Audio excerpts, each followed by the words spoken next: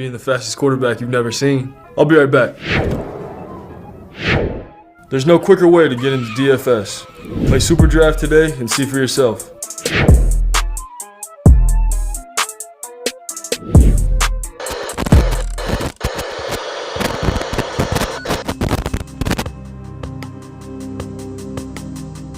We're behind. They're all fired up.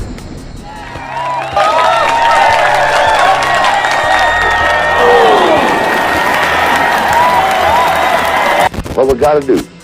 First place, our defense has got to go out there and take the ball.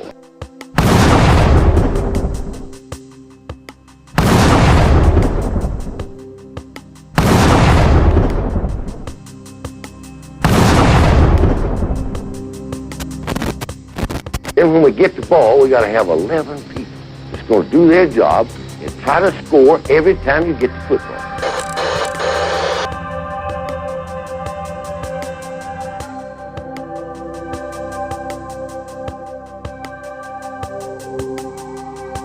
If we do that, we'll be all right. That will be all right.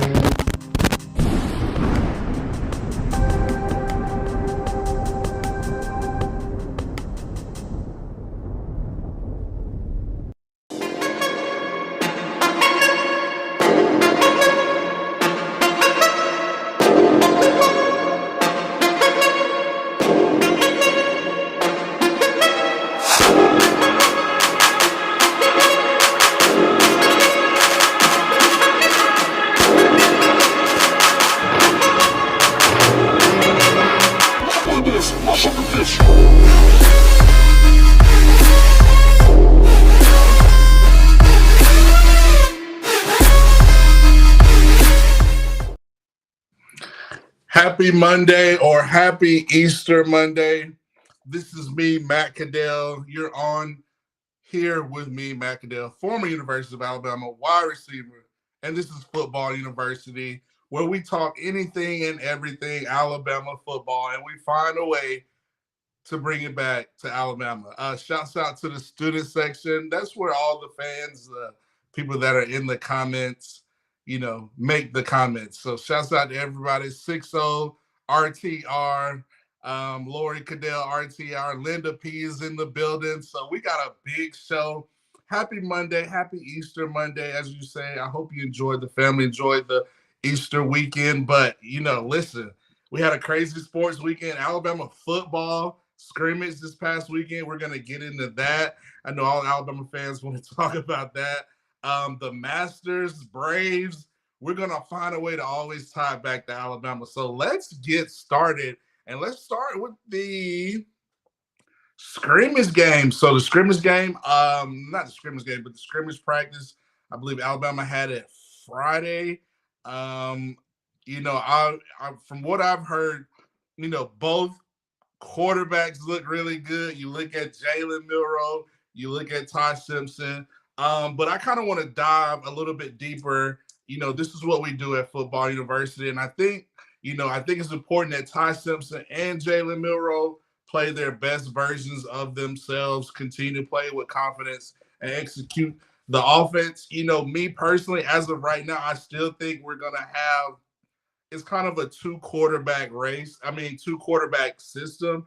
I wouldn't be surprised if we have, play both of them. I think it's important to see, how well they run, and I think let it happen organically. And I think that's what Coach Saban is going to do. But listen, I think it's important. I start with Jalen Milroe. I think it's important for him to play with confidence, be the best version of himself, but have great ball security. I think if he can eliminate the fumbles, turning the ball over, not maintaining possession, I think he can really propel our offense. He presents a lot of dynamics. And Ty Simpson played with confidence. So, me personally, I think that is still, we might, as of right now, I think we're probably going to have a two quarterback system. I think that's just how it's going to be. I always refer back to Jalen, Tua. They were both so dynamic. Tua comes in the second half, into the third quarter, plays a quarter and a half, and it's like we were so dominant even with Tua. So I think you're kind of going to have like a two quarterback system with Jalen Milroe and Ty Simpson. So that was my first topic, and I want to talk about Milroe having ball security, no fumbles, but I heard, he did look a lot better from what I'm hearing. I heard the young receivers did well. We talked to see Isaiah Bond, Malik Benson, all those guys. So I heard a lot of news that the offensive line, I think it's important that Alabama football get back to bully ball and being dominant. So it's exciting to see. We're going to continue to talk about Alabama scrimmage, but if you got any comments in the student section, please hit them up. RTR to all the fans. Let's see. Lord Caddell says, who do you think will end up being the quarterback if you have to pick today? If I have to pick today, I'm still going to say both quarterbacks. I still think you look at Tommy Rees, the new offensive coordinator. I think with all the talent that he has, I think, he's confident in both. And I think the way it's going to happen right now, since it's not the season, I still need to see more practices. I still need to see more, get my eyes on them. But right now, I still think, I'll probably give the slight edge to Milroe because he did, play last year. He does have the experience. When crunch time, when Bryce went down last year in that Arkansas game, we were all like, oh, but Milroe came in and executed. And I think, unlike Bill O'Brien, I think Tommy Rees can call the plays to really benefit and really expound on what Jalen Milroe does best and utilize our weapons. I still think it's important that the quarterback, you look at the weapons that we have around us, can get the ball to an Isaiah Bond, a Kendrick Law, a Malik Benson, Kobe Prentice, Ja'Cory Brooks, Burton, get it to those guys. I think we can scheme it up, make it effective. I think that's what's important for us. So since we're talking about Alabama football, and we're talking about OC receivers, I kind of want to dive into we had crazy news. I want to talk about Tommy Rees. So the offensive coordinator, that's my next topic. Let's talk about Tommy Rees. And so, I talked about the Masters and, shouts out to John Rahm, him and Koepka were kind of going at it, but Rahm finished it out and he's the Masters champion. But I want to talk about, Freddie Couples. I don't know. This is what we do at Football University. We're going to find a way. But Freddie Couples, an older guy 63-year-old, was still able to play the last 36 holes. And so it got me thinking about, Jack Nicklaus's Freddie Couples. He's on the championship tour. And he was able to show those young guys, listen, I might be an older guy, but I still got good game. And I think that's where Coach Saban needs to get back to. Kirby's won those couple of championships, but I think Coach Saban needs to take the approach like a Freddie Couples, Phil Mickelson. He was the clubhouse leader at one point during the Masters. I think Coach Saban needs to have the attitude to listen. Hey, listen, I know y'all got, to Kirby and Jimbo and Hugh Freeze and Heupel and all these coaches, Kelly, let them know that, listen, Ryan Day, I know y'all are the younger coaches, but I'm still letting you know I need to win this championship to let you know the young man still got it, or the old man still has it. So, yeah, I'm going to bring in my master song to say, Coach Saban, you need to be more like Freddie Couples, because Freddie Couples was wheeling and dealing during the Masters, showing those young guys how to do it. So let's get to my next topic. And speaking of the Masters, Braves baseball, they were on a roll, but they kind of didn't look the best this past weekend versus the Padres. But at the beginning of the season, I had this note last week, they have the lineup. You're looking at baseball season. I'm like, how can I tie this in to Alabama football? And we've discussed the young quarterbacks, but I was thinking from an offensive coordinator perspective, if you look at Tommy Rees, and I think what Coach Saban wants to do, I think you look at an Aaron Judge, and you look at the New York Yankees, and you look at the Braves, their lineup before they got hurt. Let's start with the New York Yankees. I think it's important when you have your top talent, I think it's important you prepare and develop other type of plays before you pull out your best play or your best pitch. So I think it's important, like before we put out our best play or our best pitch or our best players in the game, I think we need to have somebody still second. Really put the heat on the opposing team by that.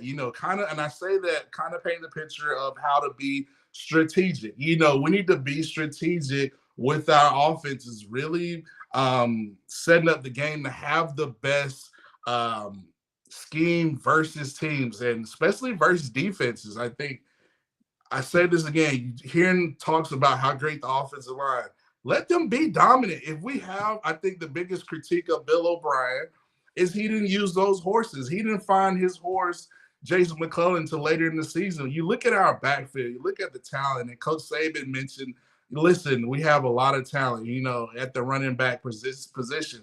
I think if we could be strategic and before we get to our best players, our best plays in the game, let's really be strategic and really have good tact and rotate players that really we keep defenses on their heels. Like, then we really bring out Weapon X. Like the second half, like I mentioned, we bring out a Miro or a Simpson or whoever or Malik Benson. But I think if Tommy Reese is strategic and tactful in how he calls plays and let those horses run, let Roydell Williams run, let McClellan run, let Jamarian Miller run, let Justice Hayes run, let Richard Young run.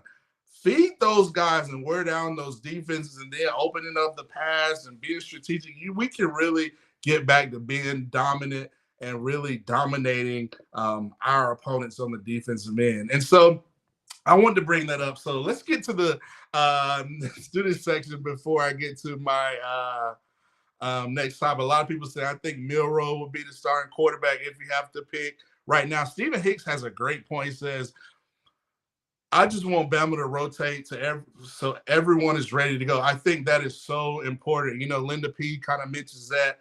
I think if we rotate players, shouts out to the student section. Y'all are basically hitting my talking points tonight. It's important we rotate those players. I mentioned those running backs. You look at the linebackers, Jahai Campbell, Quay Russo, Jeremiah Alexander, rotate those guys. Football is not rocket science. The more guys we play, the more the premium we put on performance. So, and it builds up the competition. So I think that is important. So we talked about Tommy Reese being strategic, talking about Alabama scrimmage. Crazy news. So this is what we do at Football University. We talk about everything. I'm kind of going to shift gears to Alabama in the NFL, and I want to discuss Mac Jones. I think Mac had a pretty rough week last week with rumors hearing that Belichick maybe wants to trade Mac Jones. He's been in trade talks with a couple of teams, and immediately everybody was like, wow, Mac Jones, what is up with Belichick? What is up with Mike Jones? Do they want a quarterback? So the trade talk. So I want to discuss that because this is what we do here at Football University. I think it's interesting. You look at the New England Patriots, you look at Bill Belichick, and I want to set this up like this because of the Patriot way and the way they do things and kind of the discord with Mac Jones, how he handled his injury versus maybe Bill Belichick. Maybe he thought Mac should have handled it, kind of their way. So maybe it's a rift between Mac Jones and Belichick.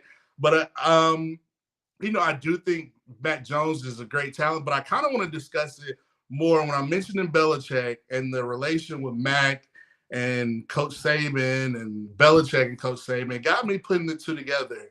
Coach Saban versus Belichick. I watched The Art of Coaching. If you haven't watched that, NFL Films does a great job. It is, if you're a young coach out there or somebody that wants to learn football and just pick the minds of some of the greatest coaches and tune in The Art of Coaching, that is a great segment, a great show. But it got me putting the pair to do it. And I was thinking over the weekend, Saban versus Belichick.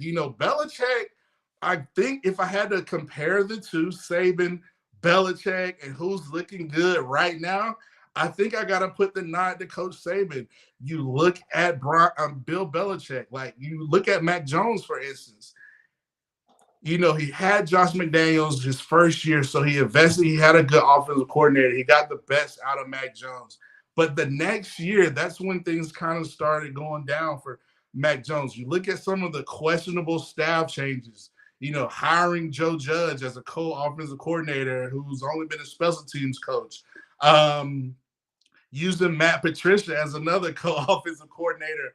You look at those decisions, you look at kind of how the Patriots want to go things, and I'm like, I think I got to give the nod to Coach Saban as of right now. So, Saban Belichick, that's what we do at Football University. We kind of dive deep in football questions, analogies that really deal with Alabama. And so we talked about Belichick. We talked about Saban. Mac Jones, since we're talking about Mac Jones as possibly trade talks, I do think if they want to trade him, which, I don't know if you do trade him, but let's say if they do want to trade Mac Jones, I think I wrote this down. I think some good fits for Mac Jones. Definitely, I think the San Francisco 49ers. You look at,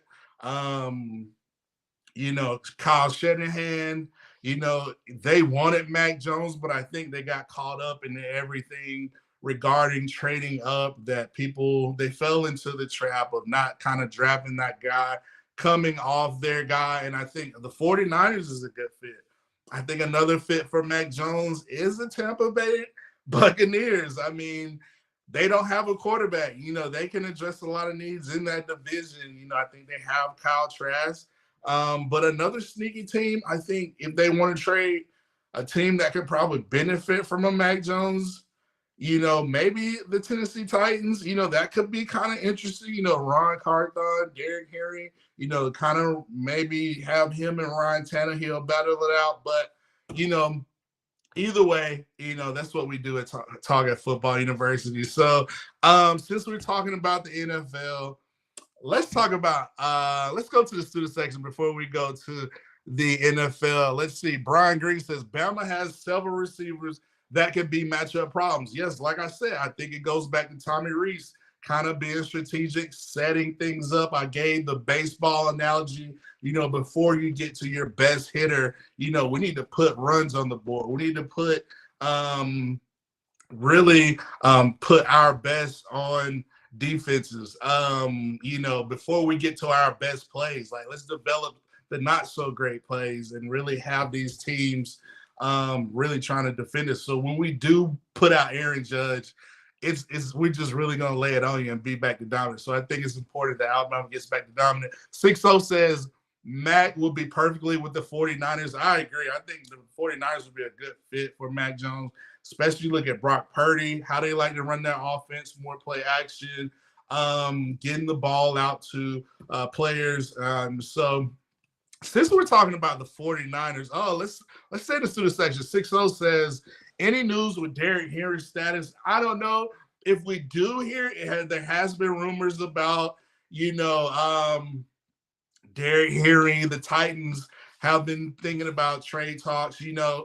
I think, he's a great, I would keep him, but, you never know. You look at a Buffalo Bills or Philadelphia Eagles, that could be kind of interesting with Jalen Hurts, Devontae Smith, A.J. Brown. You have the Philly, Tennessee Titans connection from that previous draft a couple years ago. So, never know. But it'll be interesting to see what the Titans do with Derrick Henry. If you do hear any Derrick Henry news, like the A.J. Brown trade, I think you probably hear it on draft day. Maybe the Titans, say the draft falls, say, AR-15 falls or Hendon Hooker, say quarterbacks go up. I think the Titans have the 11th pick. Do they kind of trade up to get maybe an AR-15 or a Hendon Hooker or, maybe a Will Levis, those type of quarterbacks. So I don't know. That was a great question, 6-0. Guy says, RTR. Oh, let's see. We got Eagles fans in the house. Fly, Eagles, fly. So shouts out to the student section. So while we're talking about Alabama in the NFL, fly, Eagles, fly, the Titans, the Niners, let's talk about the draft. And I love to talk about the draft. And I'm going to say the draft is Bryce Young. To be Bryce Young is that guy.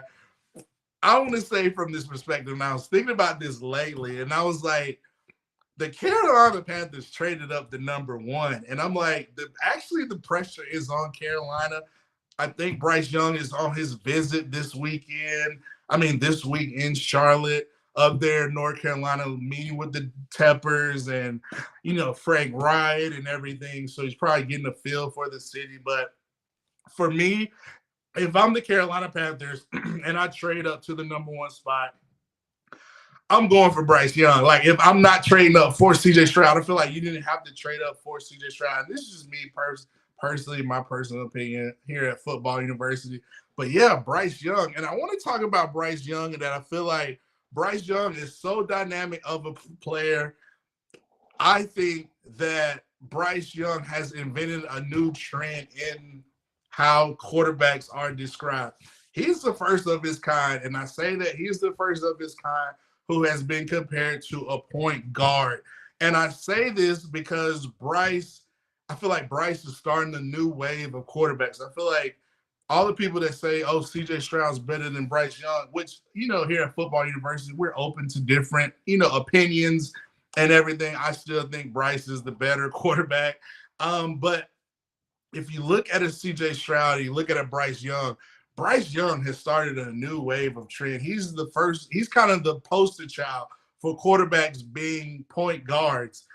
Really sneaky, cool video that leaked this past weekend. Actually, Bryce Young, CJ Stroud, they have been working out together. I think that's good for them, to kind of separate themselves. But they played a pickup game, and the video shows them playing a pickup game in the gym.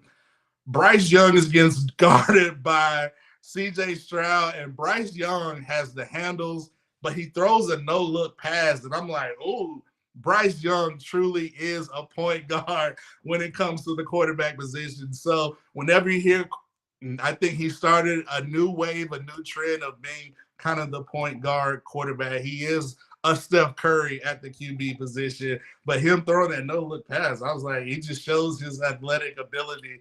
So I had to shout out Bryce Young on him being the leader of the new wave, being a point guard. But like I said, if you're the Carolina Panthers, if you fumble the ball, hey, listen, if you finesse yourself out of not picking Bryce Young, man, that would be so funny. Like, I'm sorry, like, you fell for the okie doke, because Houston is licking their chops. Like, wow, our master plan worked. We were able not to have to trade up and still got Bryce Young at number 2. And if you're a Panthers fan, I know it's a lot of contingent in Charlotte that says, oh, CJ Stroud's that guy. Listen, don't pass up on Bryce Young. I think that's like I said it before. I think it's like passing up on Michael Jordan. You don't want to pass up on a Kobe or that dynamic of a player. So I had to shout that out. So let's get to the student section. Saban said CJ was not good under pressure. Bryce loved it when he welcomed pressure. Yeah, I think under pressure, there's nobody that was as much of a magical or a musician in the pocket. Elusiveness, accuracy, poise, processor of information in the clutch, in critical situations, not having the best of talent, but Bryce Young was still able to make lemon with lemonade. But he had talent, but I'll say this, he wasn't, Bill O'Brien didn't put the best talent around him. Utilize the best talent around him. I think we could have leaned on the running game a little bit more, especially when Bryce was injured, really wear down defenses, control the game, where we didn't have to rely on Bryce's magician-like talent on the field. But it is what it is. Let's see. Beer Cans and Baddies has a great quote. Bryce had an overall better body of work than Stroud, in my opinion. Stroud is nice as well. Stroud is good. Like I'm saying, my top 2 quarterbacks are Bryce Young, CJ Stroud. If I couldn't get Bryce Young, if I'm a team, this is what we do at Football University. CJ Stroud is who I would get. Look at the progress he had there at Ohio State, in Columbus, Ohio, playing for the Buckeye Nation. But like I said last year, listen, people say, oh, look at CJ Stroud versus Georgia. And I'm like, oh, yeah, he played a great game. But if you're going to put that much weight on that Georgia game last year, look at the Georgia game the year before with Bryce Young. I mean, Bryce Young, A, beat Georgia, and B, I think that defense was a better, probably one better that Bryce went against than opposing what CJ Stroud went against. So let's stay in the student section. We got a lot of RTRs. Shouts out to Linda P. A lot of talk about Bryce and Stroud. Both Bryce and Stroud had very good games against Georgia defense. So, I don't know. But for me, I think, I'm going to say I feel like Bryce still had to make more lemonades without lemonade. I mean, had to make lemonade with less lemons, CJ Stroud, and I'm going to give him his flowers because, he is a good quarterback. He is a great quarterback. Like I said, he's number 2 on my board. I think it's Bryce Young, CJ Stroud, and I think everybody else it's a gap in between them with AR-15 because AR-15 only played 13 games. I have to count that in the fact. Will Levis throws a lot of picks, in my opinion. And Hendon Hooker, I think Hendon Hooker is really good. So, but yeah, listen, both guys are good, but I feel like Bryce had to do more with less. I mean, CJ Stroud had Marvin Williamson at receiver versus Georgia. Bryce Young had Jameson Williams last year at Mechie, and then Mechie goes down. So then in the national championship, Williams goes down. So, you take your pick, but for me, it's Bryce Young. So let's say in the student section, Roll Tide and Rise Up says RTR. So since we're talking about Bryce, the draft, NFL, let's go back to Let's go back to Alabama football. And sneaky good news that I was excited to hear. Listen, I want to go back to Coach Saban. I talked about how Coach Saban, I think he needs to be like Freddie Couples and really show these young guys who's the man. I still got it. Win this championship this year. I think that would be very good. But some of Saban quotes after the scrimmage, he said he was really pleased with the offensive line. But a really sneaky good quote that he said he was glad, he was happy about both quarterbacks, pleased with the offense, but he spoke about the defense. And one sneaky thing that I think I'm glad to hear, and the rest of the Alabama fans are glad to hear, the guys were physical and they were hitting. I was like, oh, thank you, Jesus. I'm so glad to hear our defense has been physical and hitting. You look at Robert Balla, the new linebackers coach, you saw some drills of him having those guys get used to hitting, not hitting a sled, being physical, smash mouth. I was glad to see that. And so to hear Coach Saban talk about how pleased he was to hear about the physicality and the hitting, pads popping from my defense, I was like, yes, we're getting back to where we need to go. So so I wanted to talk about that. So let's go to my next topic. So another thing I was hearing about the scrimmage was Caleb Downs. We know the talent Caleb Downs is, the pride out of Georgia. His brother is Josh Downs, who I think is a really good receiver coming out of the draft this year. A lot comes from a talented family up here in Georgia. But listen, Caleb Downs, his talent, for me, his comp kind of reminds me of my comp for Caleb Downs is an Ed Reed, type. And I think, you look at how he plays the game, his instinctiveness, his awareness, being able to put him at a safety, but you can put him at a, kind of a down in the box safety, in the back safety. He can stop the run, physical. He reminds me of a Ed Reed comp, and I think it's important for him to play with the high IQ. Back there, it's good to hear Malachi Moore, Terry Arnold, Kool-Aid, Earl Little at the start. I think that's a good combo. So it's important that we rotate players and get more depth. So I want to talk about Caleb Downs and Ed Reed. And I think he has a little bit of Brian Branch in him. I think he has a little bit of Brian Branch in him that where you can utilize him at multiple positions, at a star, at a safety, at a money, inside, outside, however, he's that dynamic. And speaking of Brian Branch, because this is what we do at Football University, we're talking about the Patriots earlier. I think Brian Branch, I do see him coming off the board kind of like from 10 maybe to 14. I do think the Brian Branch sweepstakes start at 10 with Philadelphia. You look at the New York Jets at 13. You look at the New England Patriots at 14. Bill Belichick, that secondary, Devin McCourty retiring.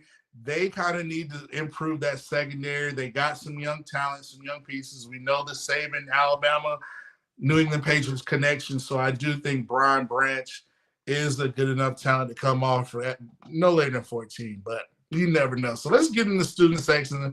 Jeff Saban has a great comment. He says, the game against Tennessee is where you see Bryce at his best. Unfortunately, we didn't win, but Bama was playing in our house. We played Tennessee in our house this year. Yeah, I'll give you a couple of games for me that really, not only that Tennessee game, Bryce was dynamic, but that Texas game to me is like, with all the talent on the field, you look at Texas, Bijan Robinson, who could easily, I think Bijan is probably the top 3, 4 talent coming out this draft this year. Bryce Young, obviously number 1. Will Anderson, probably number 2. And probably might go Bijan Robinson. Like, he's that good of a running back. You look at that Texas game, the way Sark was calling the offense. You look at Alabama, we were making a lot of mental errors. But out of all that talent, Jahmyr Gibbs, Will Anderson, Kool-Aid, Terrion, Worthy, Quinn Ewers, Sark, Saban, Texas, Bama. What stood out the most to me, Bryce Young was the best quarterback, and he made the most magnificent plays on the field. Like that play, that touchdown where he scrambled, that third down, evaded pressure, didn't get sacked, and threw a touchdown not only to a running back, but one of the top running backs in Jahmyr Gibbs. We had the ball with less than a minute. He makes the scramble to get us in first down, but he had some plays where he was very dynamic. So we said the Tennessee game this past year. I would say the Texas game, I think that tape to me alone is unreal. Another sneaky game, I think the Kansas State game, the bowl game, Bryce was on his money. Like you can tell he was back healthy and he was just a beast. And I talked about the year before, SEC championship versus Georgia. A sneaky game was Bryce versus Mississippi State. Like, I think that game, to me, Bryce made a play. I don't think he scored a touchdown where he, made so many people miss. I was like, Bryce Young is that dynamic playmaker. So the Tennessee game, the Texas game, so many games that Bryce Young was very good. So Kansas State game, the bowl game, those were, really putting on clinics. So let's get to the student section. We got a lot of Spencer says RTR to William, Linda P, RTR. So making sure I'm shouting out all my RTR people, but we're making sure we cover all our RTR players. So we talked about spring, QB battle, Mac Jones, Brian Branch, and I just mentioned Jahmyr Gibbs. And I want to talk about Jahmyr Gibbs. I think I mentioned Bijan Robinson. He's my 1A running back. But my 1B quarterback is Jahmyr Gibbs, his explosiveness, his change of direction, being able to play in space. I think it's important that Jahmyr Gibbs in the NFL, I think he needs to be, in order for him to be so dynamic in the NFL, I think it's important that he kind of plays he needs to be able to run inside like a Dalvin Cook with the Minnesota Vikings and kind of be a cross of a Dalvin Cook and Alvin Kamara. And I say those two, being able to run out of backfield, catch the ball, run inside, outside zone counters, get in the offensive scheme where he's utilized like that, be explosive, be a great pass catcher. You know how he is in space. I think if Jahmyr Gibbs can be like more of a Dalvin Cook, Kamara type, man, sky's the limit for him. And if he gets in the right system, it's all about fit. So I wanted to discuss that about Jahmyr Gibbs. He gets in the right fit. He can do numbers. The Eagles got some Philly fans. Fly Eagles fly. Y'all could use the Jahmyr Gibbs, man. That would be a beast. So let's stay in the student section. Y'all are rolling. Jeff Stapleton's got some going back to Bama. He says, I want to see angry Saban players feed off of that. The player doesn't want to buy in, go to another team. We want players that are ready to win right now. And I think that's a great point. Somebody mentioned it earlier. You know, rotate those players. Play the young guys. I think that's how you keep everything fresh. To your point, Jeff Stapleton. And I want to see angry Saban players. I want to see not only angry Saban, but confident. I want to see, confident that where Saban knows his OC is getting it done and his defensive coordinator is getting it done. We got motivators. We got high energy guys. We got angry. We got, focused, tenacious, kind of having that dogmatic mentality, especially on the defensive end. And here, Alabama being physical, hitting at the scrimmage, looking at Robert Balla, the drills that they're running, having Kevin Steele as the defensive coordinator, being able to motivate, raw energy, get those guys to being physical and dominant. I think that's key for Alabama to get back. And, of course, we need Coach Saban to be militant. We need militant Saban. Like I said, Saban, I need you to be like Freddie Couples. Show these young coaches you still got it. All right, that's for you, Coach Saban. If you turn into football university, we just want to give you those tips. So William Bryant has a great question. He says, Matt, what do you think about A'Shawn Robinson being a free agent? Where could he be? Where could he be a good fit? It's a couple teams. You look at A'Shawn Robinson, so dominant in the Los Angeles Rams Super Bowl run 2 years ago with Matthew Stafford, Aaron Donald, OBJ. We had a question about OBJ. We'll bring that up. A'Shawn Robinson, so he was dominant in that run. So he does have a Super Bowl ring. I think he was still with the Rams this past year. But I think, I think it's still teams that can utilize him. You look at Baltimore Ravens, they just lost Calais Campbell to the Atlanta Falcons. All the Falcons fans out there rise up. But you look at the Baltimore Ravens, I think if you can get the production, he'll probably start seeing more fits after the draft once teams, evaluate, get their talents, get their rookies in, see what they have. Then he'll probably be on some teams like a Ravens or, I mentioned the Falcons, compare him with a Grady Jarrett, a Calais Campbell. You can really shore up that front. So I just think it's important for A'Shawn to be dominant. Todd Cobur's got a great point. Says, I want to see some broken headsets. Yeah, I don't want to see too many because if there's too many broken headsets, that means we're not doing good. So, but I want to see broken headsets in the good way where we are so dominant by the fourth quarter and we're beating the team by like 60-0. Coach Saban's mad that we're not just dominating, even being up by 60. So, yeah, I want Bama to dominate and win every game. James Knox has a great point. Shouts out to James Knox. How do you think this 8A game will compare to your last 8A games in terms of attendance? For you all out there, great question, great comment, James Knox. My last 8A game in 2007, about 4 months earlier, prior to that, Coach Saban just got there. So it's a lot of excitement, new energy, new enthusiasm. Everybody couldn't wait. And speaking of attendance, like I will never forget, we had like 92,000 fans at the 8A game. It was bananas. Like it was crazy. It's still one of the best memories ever. They come out and you seeing like, whoa, this is like a game for pregame warm up. We're stretching and it is live or it is lit, as the young people say. And then we come out for the scrimmage and it is packed. You looked around like the whole stadium is packed. And this is back then before all the expansion that they've done. down there in Tuscaloosa at Bryant-Denny Stadium. Man, to have 92,000, I think it was really good. And so to compare that to this year's, I think this is one of them. Hopefully we do get 92,000, but I think the big 8A games are when there is a quarterback battle. I mean, you look at the intrigue right now. Alabama's, you're barely seeing a lot of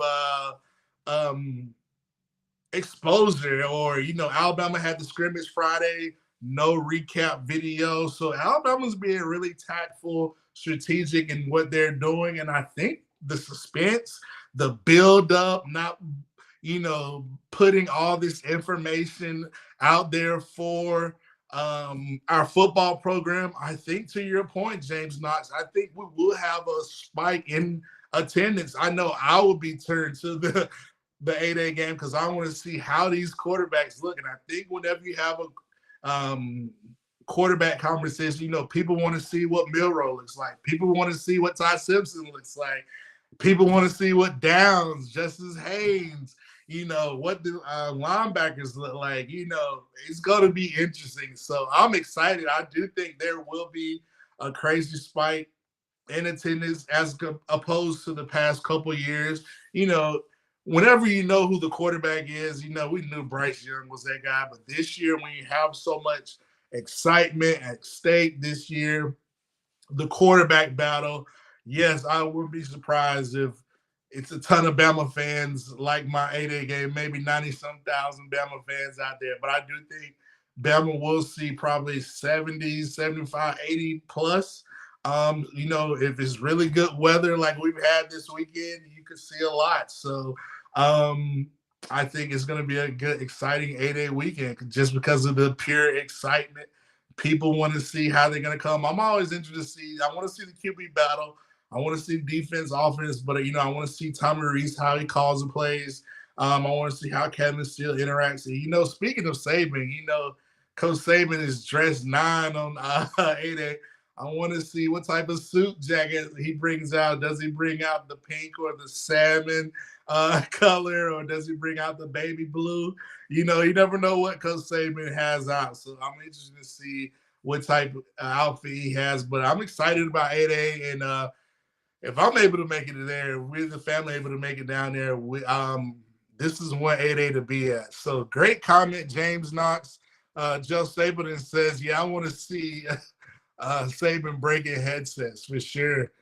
Linda P says, I think the crowd will show up. Yeah, I think so. There's so much excitement, so much anticipation, so much kind of an unknown, so many new pieces. You look at this freshman class, this 23 class, led by Justice Hayes, Kalen Proctor. These guys, excuse me, have the mindset kind of like that 2017 class led by Tua Tagovailoa, Najee Harris, Alex Leatherwood. You can draw comparisons from that 2017 class to this 23 class as far as excitement. And so with that excitement, I think it's going to be crazy madness in the 8A for spring game. Let's stay in the student section. Lori Caddell says, rise up. Shouts out to all the Falcons fans in the student section. Jeff Stapleton says, OBJ a Raven now, 18 mil a contract. Since we're talking about OBJ, y'all are so funny in the student section. OBJ getting 18 mil. I mean, look at that contract. I think he gets 15 mil signing bonus, 3 mil salary.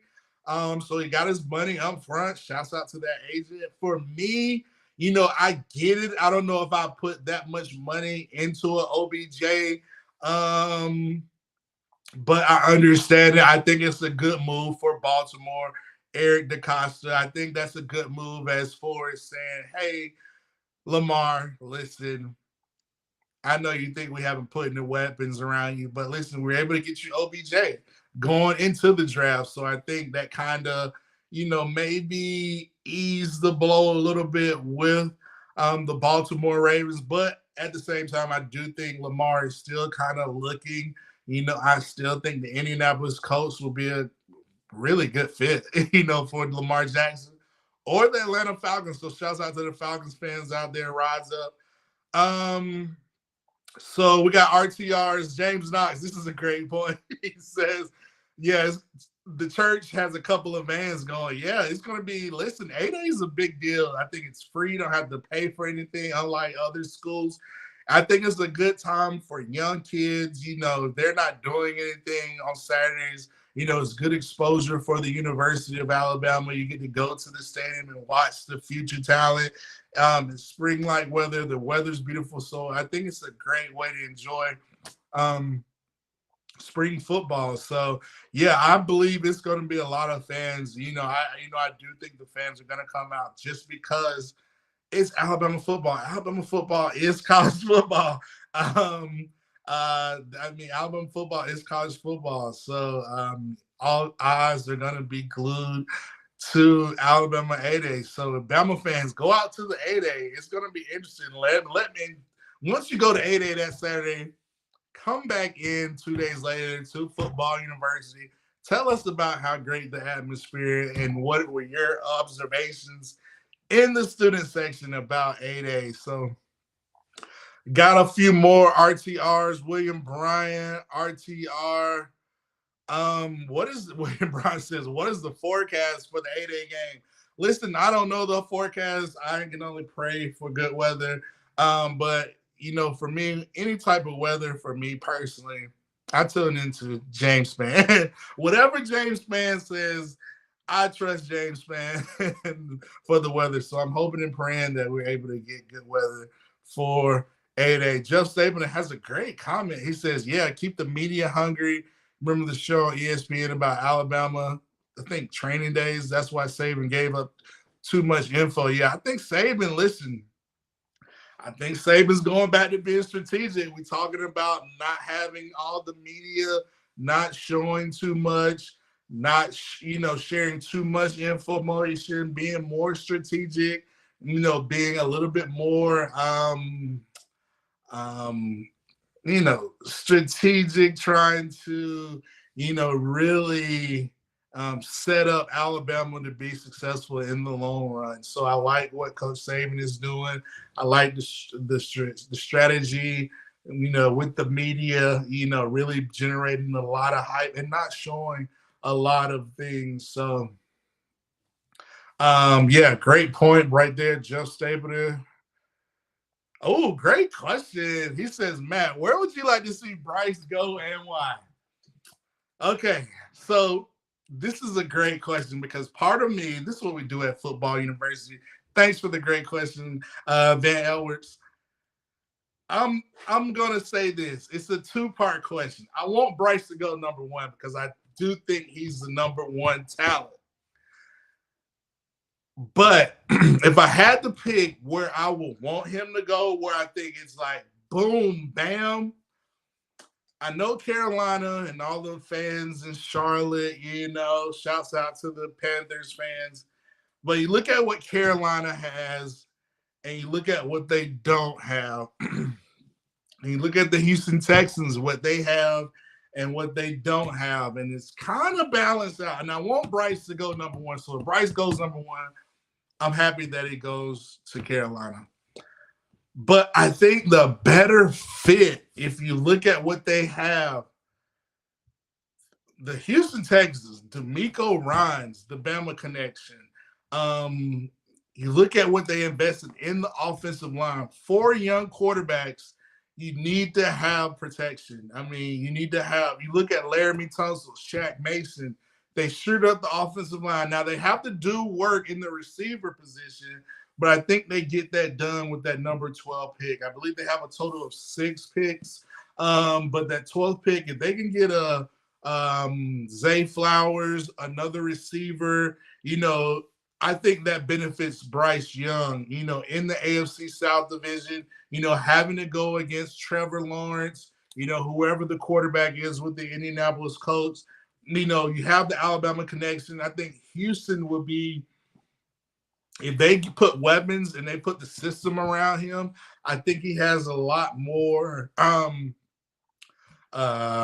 pieces to be successful at Houston. But the other side of me, I want Bryce to go number one because I do think he's that great of a talent. He is the number one talent. So hopefully that answers your question, Van Edwards. Like I said, I love to see the whole Bryce Young, Alabama, H-Town, Houston Texans, D'Amico Ryans. Like, they could make a lot of noise, especially if Carolina, like I mentioned earlier, if they fumble the bag or drop the ball, I don't want to give them too much sauce, but man, they go CJ Stroud. Like, that is not a wow factor pick. Like, to me, if the Panthers go CJ Stroud and the Texans go Bryce Young at number 2, to me, Houston, Texas won the draft between the first 2 picks, as opposed to Carolina. So interesting. So I hope to answer your question. Let's stay in the student section.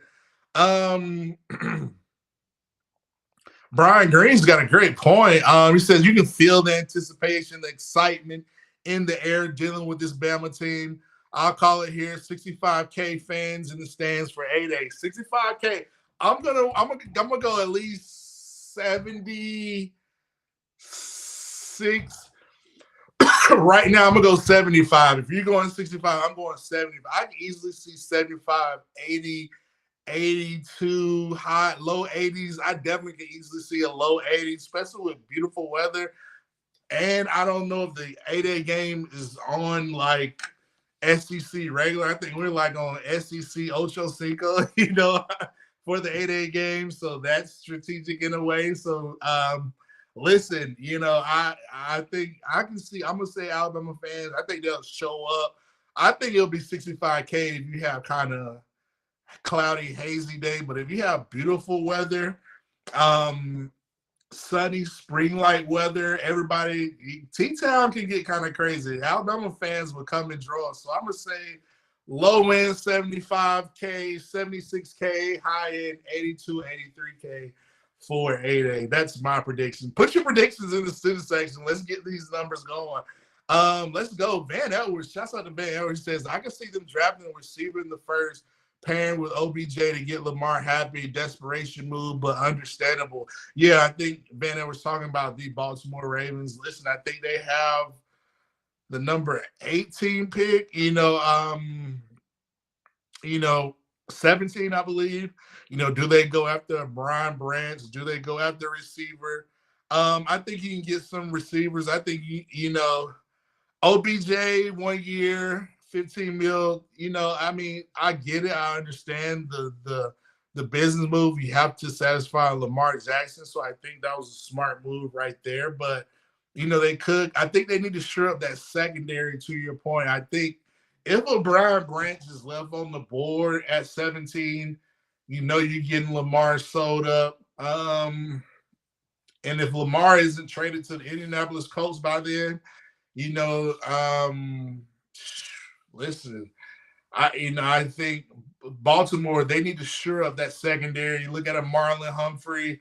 Marcus Peters is a free agent. I mentioned they lost Calais Campbell. So I think you look at the NFC North division, Joe Burrow burrowing with the Bengals. They're the 2-time division leaders.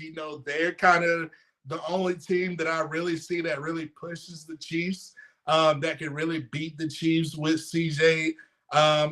With, Joe Mixon, Jamar Chase, Joe Burrow. So is that enough to offset the Bengals? I don't know, but I think they need Lamar Jackson to try to offset the Bengals. And I think the Baltimore Ravens, they need to look at their running game. If they can get a Bijan Robinson or a Gibbs or a Todd Spears or the running back out of UAB, it could be interesting. So hopefully that answers your questions. So let's before we get to Lori Caddell says, keep that rat poison down. Yeah, it's a great comment right there. That's what Saban's about. He don't want no rat poison. He just want to show you all at the end, listen, the old man still got it, and I got this championship trophy to prove it. So just Saban said, I want that old Saban. Me too. I want that militant, chew your you-know-what out Saban. So we talked about 8A. So let's talk about the SEC in general. So listen, I know I kind of alluded to how there's kind of a shift in the SEC from the SEC West being so dominant, but the SEC East has been dominant, led the past couple of years, led by Georgia. Kudos to Georgia. They won the back-to-back national championships. But when I broke it down, listen, the SEC West is going to have to step up because you look at LSU was the SEC West leader last year. They got to go to SEC championship, and they end up losing to Georgia. And you look at the SEC East, like Georgia and Tennessee, they were 2-0 versus Bama and LSU. Like, listen, the SEC, Bama's got to get back to being dominant, because Tennessee, they went down to Baton Rouge, beat LSU, then they beat Bama, So Georgia beat LSU in the SEC championship, and then beat Tennessee. So, listen, I think the SEC West, aka Bama, Coach Saban, they got to get back to being dominant. And I think we will. I think we will. So we talked about the SEC East. We talked about the Colts. We talked about Levis. Oh, I want to talk about this. God, we talked about the 2017 class, the 2023 class. Sneaky news. Let's go back to the NFL. Wait. Let's go to Van Alwards. He says he will be the first Alabama player to go number one at first. Joe Namath went first, was in the AFL draft before the merger. Yeah, I mean, like I said, I do believe Bryce Young deserves to be the number one pick. He's the number one talent on my board here at Football University. But yeah, I think that would be an honor. But, I think Carolina, Houston Texans are probably some of the best fits for Bryce Young. You look at what the Panthers are doing. Automatically, I think in that NFC South division, they automatically have one of the top quarterbacks because Atlanta, I mean, shouts out to all the Falcons fans, but Desmond Ridder, really, I mean, that doesn't wow me. If I get a Lamar Jackson, I'm getting a Lamar Jackson. To me, if Carolina drafts Bryce Young, he's already probably the top quarterback in that division, as well as with David Carr with the Saints. So, because Tampa Bay doesn't have a quarterback. So yeah, I think Bryce is the best quarterback. But if he goes to Texas, man, with DeMeco, that could be interesting. So shouts out to DeMeco Ryans. Van Edwards, you are on a roll. He says we're gonna go rapid fire. He says CJ looked good against Georgia, but I see him disappear against Michigan, Notre Dame. That was just this year. Talented young man, but I would take Bryce all day and twice those Sundays. I agree. Let's see. He says, "Oh, Lori Caddell has got a good." She predicts 74,000. I think it's gonna be. I got on the low end 76,000, on the high end because I'm confident in Bama fans. I think we can easily get 82, 83 spring game, 8A game. So let's go rapid fire. Van Edwards says, can you imagine if the coach straight up to the third spot, AR-15? I think he's an overreach, but who knows? Yeah, I think AR-15, the talent's there, the potential. He has the athleticism, the measurables. He looks amazing. He's putting fast. He can do it all. But he has a small sample size, 13 games. I mean, you see spurts here and there where he made plays, but man, listen, I think, for me, he's kind of in that third rim. He's kind of the number one, number two in that next tier. That next tier is Levis, Hooker, AR-15. You can maybe put AR-15 just off potential. I think you got to get him in the right fit, like a Jalen Hurts. You got to get him you got to get him to be in the right scheme for his to bring out the best in his offense. So let's keep going. Todd Colbert says 90K. Ooh, 90K. I believe we can do it. Let's go. Man, you're on the road. Rapid fire. People are sleeping on a run back from Arizona State, 93 down power running back, but he would be great in Kansas City, Miami type of offense. Yeah, I mean, KC, Miami, Chicago, Philadelphia Eagles, these running back teams, heavy teams, I think you look at a Jahmyr Gibbs, you look at a Bijan Robinson, The running back out of UCLA, but Taj Spears, the running back from Tulane, I think he's really good. Matt, do you think the DJ Fluker did enough on the pro day to get a second look? He probably did. He might get some interest. But like I said, these guys haven't played in a while, so maybe he might have to look at the USFL. Shouts out to AJ McCarron doing his thing in the USFL. The XFL or USFL. So interesting point. So rapid fire, before we end, Hugh Freeze, I want to talk about this. Hugh Freeze said last week, I think, Albert had their spring game this Saturday, and he said, he kind of broke the internet a little bit. He said that I think we should play exhibition games for spring games, like Auburn plays UAB, or UAB plays Alabama, or Troy plays Auburn. Listen, I wanted to bring this up. I would not want to play Troy. Troy is a really good football program. Their head coach, they have a good program. So listen, all the other programs will be fine as long as we didn't have to pay Troy. So I wanted to shout that out. Go Battlehawks, Jeff Stapleton says. So yeah. So I think we covered everything here at Football University. We're going to continue to talk about spring. We're going to talk about Tua next week, but thanks for turning in here at Football University. Hey, I love all the Bama fans. RTR, Van Edwards says, I think Alabama gets better against Alabama, not against Troy, UAB, and etc. I agree. Let's end on that. Alabama gets better with Alabama, just like Football University gets better with Football University. And the student section, y'all are great. Shouts out to Van Edwards, Spencer, Jeff Saban, and James Knox, William Bryan, Lori Caddell, Sixo, Nick Saban Jr., Linda P., all you guys, y'all were awesome. Same time next week, same place, same channel. Hope you enjoyed it. Enjoy your week this weekend, and let's get ready to talk more sports and more football here with me, Matt Caddell, at Football University. Thank you.